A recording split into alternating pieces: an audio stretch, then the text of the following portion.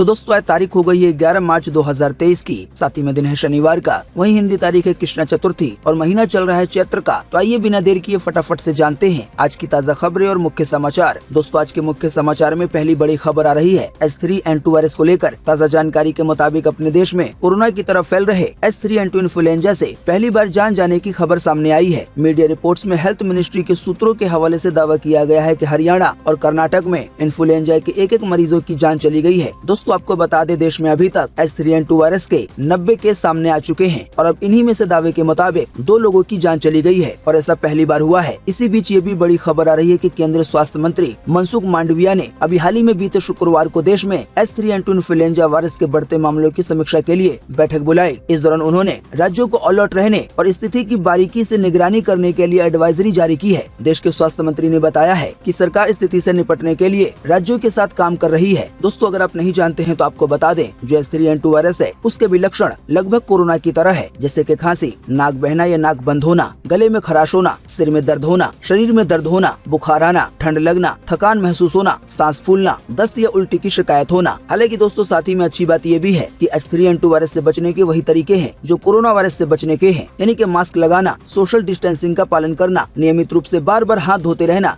वहीं दोस्तों इसी बीच कोरोना को लेकर भी एक बड़ी खबर आ रही है। ताज़ा जानकारी के मुताबिक अपने देश में कोरोना के बढ़ते मामले फिर डराने लगे हैं। बताया गया 67 दिनों के बाद कोरोना के एक्टिव केस अब 3000 से ज्यादा हो गए हैं। साथ ही ये भी कहा गया है कि कोरोना के मामले अचानक बढ़ने के साथ साथ जैसा कि आपने जाना H3N2 वायरस के मामलों में भी वृद्धि हुई है। बताया गया अपने देश में पिछले 3 हफ्तों से कोरोना के मामलों में अचानक तेजी देखने को मिली है। बताया गया बीते 27 फरवरी से 5 मार्च तक कोरोना के 1898 नए मामले सामने आए। आइए दोस्तों आपको लगे हाथों बताते हैं कोरोना वायरस का ताज़ा अपडेट बीते 24 घंटे का, जो भारत सरकार की अपनी वेबसाइट mygov.in द्वारा जारी किया गया है। जैसा कि आप देख सकते हैं अपनी स्क्रीन पर, बीते रोज लगभग 24 घंटे में देश भर में कोरोना के 440 नए मरीज मिले हैं। इन नए मरीजों के मिलने के बाद अब अपने देश में कोरोना के कुल मरीजों की संख्या 4,46,89,512 हो गई है। हालांकि दोस्तों इसी बीच बीते रोज लगभग 24 घंटे में 320 लोग ठीक भी हुए हैं कोरोना वायरस से। अब ठीक होने वाले मरीजों की कुल संख्या अपने देश में 4,41,55,439 हो गई है। साथ ही दोस्तों आपको बता दें इसी बीच 3 लोगों की जान भी गई है बीते रोज लगभग 24 घंटे में कोरोना के कारण। इन 3 लोगों की जान जाने के बाद अब अपने देश में कोरोना से जान गंवाने वालों की संख्या 5,30,779 हो गई है। वहीं दोस्तों अगर बात की जाए एक्टिव केसेस की तो वो है 3,294, यानी कि अभी अपने देश में कोरोना वायरस के इतने मरीज बचे हुए हैं जिनका इलाज चल रहा है।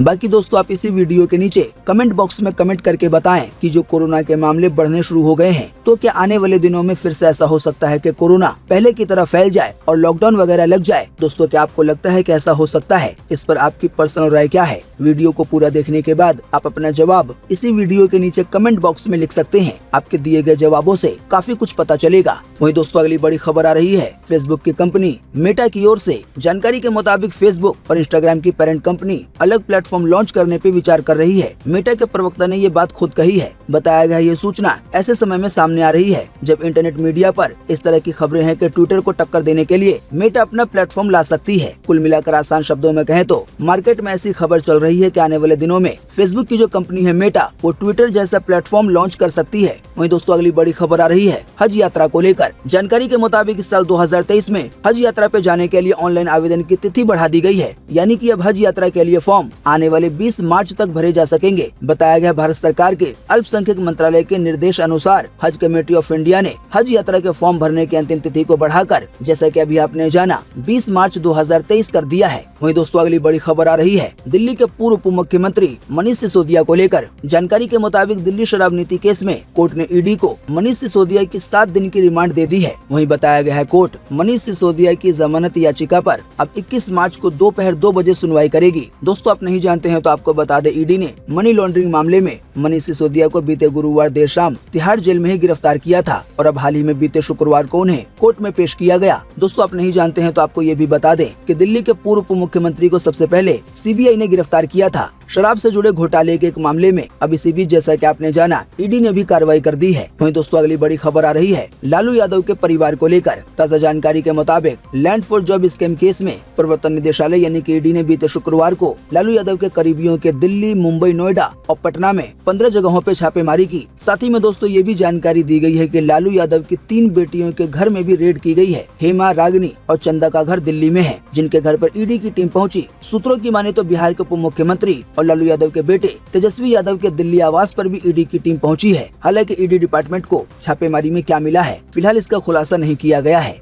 वहीं दोस्तों अगली बड़ी खबर आ रही है 2 कट्टर देश सऊदी और ईरान को लेकर। जानकारी के मुताबिक वर्ल्ड डिप्लोमेसी के लिहाज से बीते शुक्रवार का दिन बड़ा ही अहम रहा। बताया गया ईरान और सऊदी अरब के बीच अहम समझौता हुआ है। 2016 के बाद दोनों देश एक दूसरे के मुल्क में अपनी अपनी एम्बेसी फिर खोलने के लिए राजी हो गए हैं। अमेरिकी टीवी चैनल CNN की रिपोर्ट के मुताबिक ईरान और सऊदी अरब के बीच ये बातचीत कई महीनों से चीन की राजधानी बीजिंग के एक होटल में चल रही थी। हालांकि चीन और सऊदी अरब ने अब तक इस बारे में कोई भी ऑफिशियल बयान जारी नहीं किया है, पर सूत्रों के हवाले से ये जानकारी आ रही है जिसमें ये बताया गया है कि जो 2 मुस्लिम कट्टर देश हैं, सऊदी अरब और ईरान, अब उन्होंने आपस में समझौता कर अपनी एम्बेसी खोलने का फैसला लिया है। दोस्तों आपको बता दें, ईरान एक शिया मुस्लिम देश है, वहीं सऊदी अरब एक सुन्नी मुस्लिम देश है। वहीं दोस्तों अगली बड़ी खबर आ रही है चीन के राष्ट्रपति को लेकर। जानकारी के मुताबिक चीन की rubber stamp parliament national people's congress ने बीते शुक्रवार को राष्ट्रपति शी जिनपिंग के कार्यकाल को तीसरी बार बढ़ा दिया है। उन्हें तीसरी बार राष्ट्रपति बनाने का प्रस्ताव 2952 वोटों से पास हुआ। बताया गया इसी दौरान शी जिनपिंग ने बीजिंग में हुई सेरेमनी में अपने दाहिने हाथ की मुट्ठी उठाकर और बाएं हाथ में चीन के संविधान को लेकर शपथ ली। इस दौरान शी जिनपिंग ने चीन को ताकतवर, खुशहाल और महान देश बनाने का वादा किया। वहीं दोस्तों अगली बड़ी खबर आ रही है भाजपा पार्टी को लेकर। जानकारी के मुताबिक खेमेबाजी की सुर्खियों के बीच राजस्थान की भाजपा ने विधानसभा चुनाव के एक्शन प्लान पे काम करना शुरू कर दिया है। बताया गया बड़ी जीत के लिए भाजपा ने इस बार छोटे छोटे प्लान बनाए हैं। बताया गया है एक एक विधानसभा की सीट के साथ साथ एक एक बूथ की मैपिंग चल रही है, एक एक बूथ की भी मैपिंग चल रही है। बताया गया सबसे ज्यादा फोकस ओवरऑल विधानसभा सीट के बजाय हर बूथ को मजबूत करने पर है। बताया गया बूथ मैनेजमेंट के लिए करीब 10 लाख कार्यकर्ताओं की फौज खड़ी करने के काम को पार्टी ने लगभग पूरा कर लिया है। अब इनके वेरिफिकेशन पे काम चल रहा है। इन 10 लाख लोगों का एक ही मिशन रहेगा, वोटिंग के दिन हर मतदाता को बूथ तक लेकर आना। इसके लिए प्रत्येक 12 से 15 घरों पर एक सक्रिय कार्यकर्ता तैनात किया जा रहा है। बताया गया इसके लिए प्रत्येक 12 से 15 घरों पर एक सक्रिय कार्यकर्ता तैनात किया जा रहा है। कुल मिलाकर आसान शब्दों में कहें तो भाजपा पार्टी ने राजस्थान में जीतने के लिए बहुत तगड़ी प्लानिंग की है। जैसा कि आपने जाना, कार्यकर्ताओं की इतनी बड़ी फौज तैयार की गई है कि हर 12 से 15 घरों पर एक कार्यकर्ता होगा और उसका काम केवल यही होगा कि वो 12 से 15 घरों के लोगों को समझाए और चुनाव वाले दिन उन्हें किसी भी तरह से वोट डालने के लिए लेकर आए। वहीं दोस्तों अगली बड़ी खबर आ रही है कुछ भ्रामक खबरें फैलने को लेकर। जानकारी के मुताबिक मिंजू यूनिवर्सिटी चीन की एक स्टडी इन दिनों वायरल हो रही है। इसमें रिसर्चर्स ने दावा किया है कि कोका कोला और पेप्सी जैसे कार्बोनेटेड ड्रिंक्स की हाई डोज लेने से पुरुषों के टेस्टिकल का साइज और टेस्टोस्टेरोन का लेवल बढ़ सकता है। यही नहीं, कोका कोला और पेप्सी जैसे ड्रिंक पुरुषों के हेल्थ के लिए इतना कारगर है कि इससे कैंसर होने का भी खतरा कम हो जाता है। पर दोस्तों आप सबसे रिक्वेस्ट है कि इस तरह की वायरल सोशल मीडिया पोस्ट को पढ़कर इस पे विश्वास न करें। इसके चक्कर में अगर आप फंस गए तो सेहत को भारी नुकसान उठाना पड़ सकता है। बताया गया कई बार इस तरह की रिसर्च मार्केटिंग स्ट्रेटेजी का हिस्सा होती है ताकि ग्राहक बहकावे में आकर उसे ज्यादा से ज्यादा खरीदें। वैसे भी दोस्तों ये रिसर्च चीन की तरफ से की गई है और आप ये बखूबी जानते हैं कि चीन भारत के लिए कितना भरोसेमंद है। वहीं दोस्तों अगली बड़ी खबर आ रही है। जानकारी के मुताबिक केंद्र सरकार ने रिटायर्ड अग्निवीरों के लिए BSF में 10% रिजर्वेशन की घोषणा की है। साथ ही अपर एज लिमिट में भी छूट दी गई है। बताया गया ये छूट इस बात पर निर्भर करेगी कि अग्निवीर पहले बैच का हिस्सा है या बाद के बैचों का। इतना ही नहीं, इन लोगों को फिजिकल टेस्ट भी नहीं देना होगा। वहीं दोस्तों अगली बड़ी खबर आ रही है केंद्रीय मंत्री अनुराग ठाकुर के एक बड़े बयान को लेकर। जानकारी के मुताबिक केंद्रीय सूचना और प्रसारण मंत्री अनुराग ठाकुर ने बीते शुक्रवार को अमेरिकी अखबार न्यूयॉर्क टाइम्स सहित विदेशी मीडिया के खिलाफ झूठ फैलाने का आरोप लगाया है। उन्होंने कहा है कि भारत और प्रधानमंत्री नरेंद्र मोदी को बदनाम किया जा रहा है। मंत्री ने ट्वीट कर कश्मीर में प्रेस की स्वतंत्रता पर अमेरिकी अखबार न्यूयॉर्क टाइम्स में छपे एक ओपिनियन को शरारती और काल्पनिक बताया है। उन्होंने आरोप लगाया है कि भारत के बारे में कुछ भी छापने से पहले तथ्य का ध्यान नहीं रखा गया है। वहीं दोस्तों अगली बड़ी खबर आ रही है कफ सिरप को लेकर। जानकारी के मुताबिक नोएडा की मेरिन बायोटेक कंपनी के कफ सिरप डॉक 1 मैक्स में डाइथिलीन ग्लाइकोल और एथिलीन ग्लाइकोल केमिकल मिलाया जा रहा था। बताया गया ये केमिकल भारत समेत कई देशों में बैन है। बताया गया इसे सिरप को स्ट्रॉन्ग और टेस्टी बनाने के लिए इस्तेमाल किया जाता है। चंडीगढ़ लैब से आए सिरप के सैंपल की रिपोर्ट में इस बात का खुलासा हुआ है। अलग अलग जाँच में सिरप के 22 सैंपल फेल हो गए हैं। दोस्तों आपको बता दें ये वही कफ सिरप है जिसे उज्बेकिस्तान सरकार ने 18 बच्चों की जान जाने का जिम्मेदार ठहराया था। था। इसके बाद इस मामले में भारत सरकार एक्टिव हुई, सिरप के सैंपल लिए गए और जांच के लिए भेजे गए और अब जांच पूरी होने के बाद इस बात का पता चला है कि इस कफ सिरप में ऐसे केमिकल मिलाए जा रहे थे जो कि भारत समेत कई देशों में बैन है और ये शरीर को नुकसान पहुंचाते हैं। बताया गया है इन केमिकल के मिलाने से दवा का कड़वापन महसूस नहीं होता है, मगर केमिकल की ज्यादा मात्रा इसको धीरे धीरे जान लेने का कारण बना सकती है। बताया गया इस मामले में 3 आरोपियों को अरेस्ट किया गया है। कंपनी का लाइसेंस था और दवा बनाने का जो कंपनी का लाइसेंस था उसे भी रद्द कर दिया गया है। आइए दोस्तों अगली खबर में जानते हैं कि आज 11 मार्च 2023 को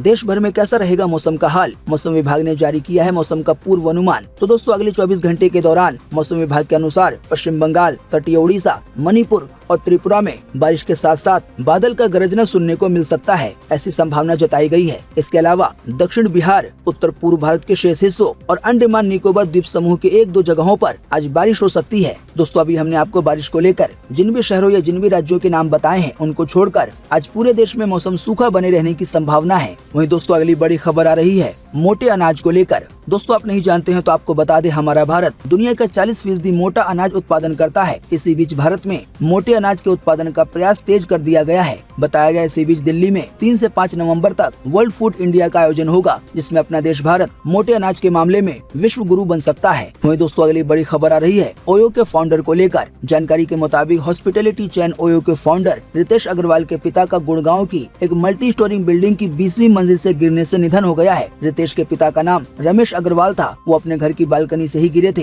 हादसे के समय घर के अंदर उनका बेटा रितेश अग्रवाल, साथ ही में बहू और रमेश अग्रवाल की पत्नी भी मौजूद थी। दोस्तों आपने ओयो का नाम तो सुना ही होगा, तो जो इसके फाउंडर हैं उनके पिता का भी हाल ही में निधन हो गया है 20वीं मंजिल से गिरकर। वहीं दोस्तों अगली बड़ी खबर आ रही है इन्फिनिक्स कंपनी को लेकर। जानकारी के मुताबिक स्मार्टफोन ब्रांड इन्फिनिक्स ने फास्ट चार्ज के समाधान के लिए नया 260 वॉट का ऑल राउंड फास्ट चार्जर पेश किया है। बताया गया है इस चार्जर के जरिए फोन केवल 1 मिनट में 25% चार्ज हो जाएगा। वहीं दोस्तों अगली बड़ी खबर आ रही है ओला स्कूटर को टक्कर मिलने को लेकर। दोस्तों भारत में इलेक्ट्रिक स्कूटर की अच्छी बिक्री हो रही है और सेगमेंट में ओला इलेक्ट्रिक के साथ ही टीवीएस, एथर, हीरो इलेक्ट्रिक, एम्पियर, ओकिनावा समेत अन्य कंपनियों ने अच्छे इलेक्ट्रिक स्कूटर पेश किए हैं। बताया गया आने वाले समय में इसी कड़ी में बजाज ऑटो भी अपना नया इलेक्ट्रिक स्कूटर पेश कर सकती है। फिलहाल इंडियन मार्केट में बजाज का चेतक इलेक्ट्रिक स्कूटर बिकता है। हालांकि बजाज के आने वाले नए इलेक्ट्रिक स्कूटर का नाम ब्लेड हो सकता है, पर ये कोई आधिकारिक घोषणा नहीं है। वहीं दोस्तों अगली बड़ी खबर आ रही है पंजाब में हुए पेश बजट को लेकर। जानकारी के मुताबिक पंजाब में मुख्यमंत्री भगवंत मान की अगुवाई वाली आम आदमी पार्टी की सरकार ने बीते शुक्रवार को विधानसभा में अपना पहला पूर्ण बजट पेश किया। इस बजट में न तो कोई नया टैक्स लगाया गया और न ही किसी तरह की छूट दी गई। राज्य के वित्त मंत्री हरपाल सिंह चीमा ने वित्त वर्ष 2023 और 24 के लिए पंजाब का कुल 1,96,462 करोड़ रुपए का बजट पेश किया, जो पिछले साल से 26% ज्यादा है। बजट में कुछ बड़े ऐलान किए गए हैं, जैसे कि कपूरथला और होशियारपुर में नए मेडिकल कॉलेज बनाए जाएंगे। साथ ही मेडिकल एजुकेशन के लिए अगले वित्त वर्ष में 1015 करोड़ रुपए लगाए जाएंगे। साथ ही बजट में स्कूली और हायर एजुकेशन के लिए 17,072 करोड़ रुपए का प्रस्ताव रखा गया है। ये पिछले साल से 12% ज्यादा है। वहीं पंजाब में स्पोर्ट्स को बढ़ावा देने के लिए 258 करोड़ रुपए का प्रावधान लाया गया है। साथ ही स्कूलों में रूफ टॉप पर यानी कि छत पर सोलर सिस्टम लगाने के लिए 100 करोड़ रुपए का बजट निकाला गया है। उम्मीद करते हैं इससे आपको काफी कुछ जानकारी मिली होगी। हम बस इसके बदले में आपसे इतना ही चाहते हैं कि आप इस वीडियो को लाइक कर दें और शेयर कर दें, क्योंकि आपका लाइक और शेयर करना ही होता है हमारी मेहनत का फल। वीडियो देखने के लिए आपका बहुत बहुत धन्यवाद। Thanks for watching.